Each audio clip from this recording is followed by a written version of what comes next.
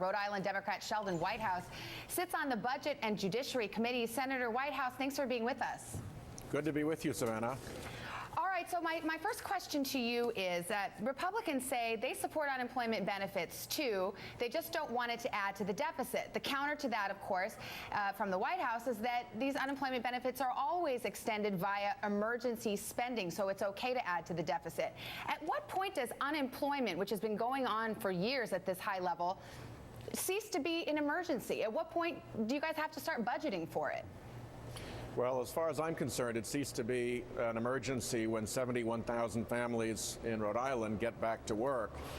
There are just nowhere near that number of jobs available to them, and for those families, it is sure as heck an emergency. Well, right, but we're talking about a budget issue.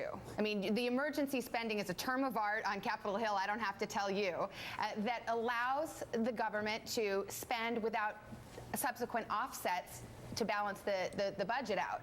Do you think things like unemployment insurance are probably the last things that should go? It is countercyclical. It provides immediate energy into the economy because people spend it right away. And certainly by comparison with tax cuts for CEOs and other of the wealthiest Americans, it's far more important and far more justified and costs really a pittance compared to what the Republicans are trying to do to the debt and to the deficit with their tax cuts for the richest Americans. Senator, I want to play for you a clip from Senate Republican leader Mitch McConnell on this issue. Take a listen.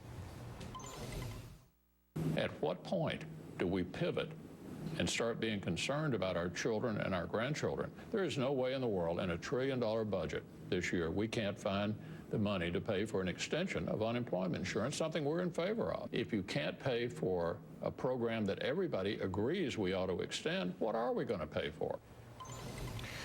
So to take Senator McConnell at his word on this issue, if the two parties agree on doing something, it's on one spending issue, but can't figure out a way to pay for it on something like this, then how do we expect you guys to ever deal with the deficit issue on either side, honestly, on either side? Well, first of all, I agree that we need to pivot to the deficit issue once states like Rhode Island are down from 12.3% unemployment.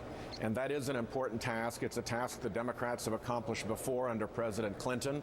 And unfortunately, we'll have to clean up the $9 trillion Bush debt and do it again, and we will.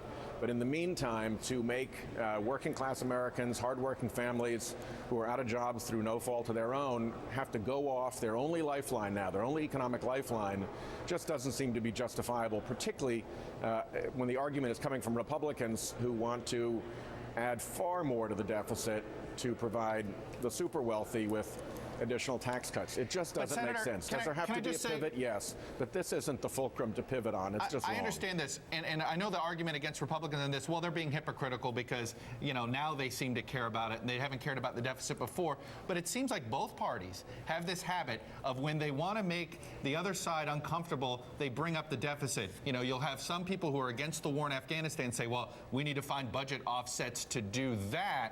And it's almost as if both sides use the deficit as a political ploy to attack the other side rather than actually dealing with the deficit. Yeah, I'm sure there's some of that, and certainly that's going to be the case during the hiatus between now and when the President's Deficit Commission issues its report, which I think is really the point at which we have to pivot. But I just say that, you know, yes, there's going to be some political back and forth, but behind the political back and forth are real families who are having to sit down at the kitchen table at night while the kids are upstairs in bed and figure out what they're going to tell the kids the next day about having to leave the house, about having to explain why they can't buy shoes, about having to make really hard choices. And this just isn't the time to put unemployed families, unemployed through no fault of their own, through this when the pivot will come. It will come as a result of the President's Deficit Commission. And frankly, it's the Democratic Party and Democratic presidents who can be trusted to actually do this stuff.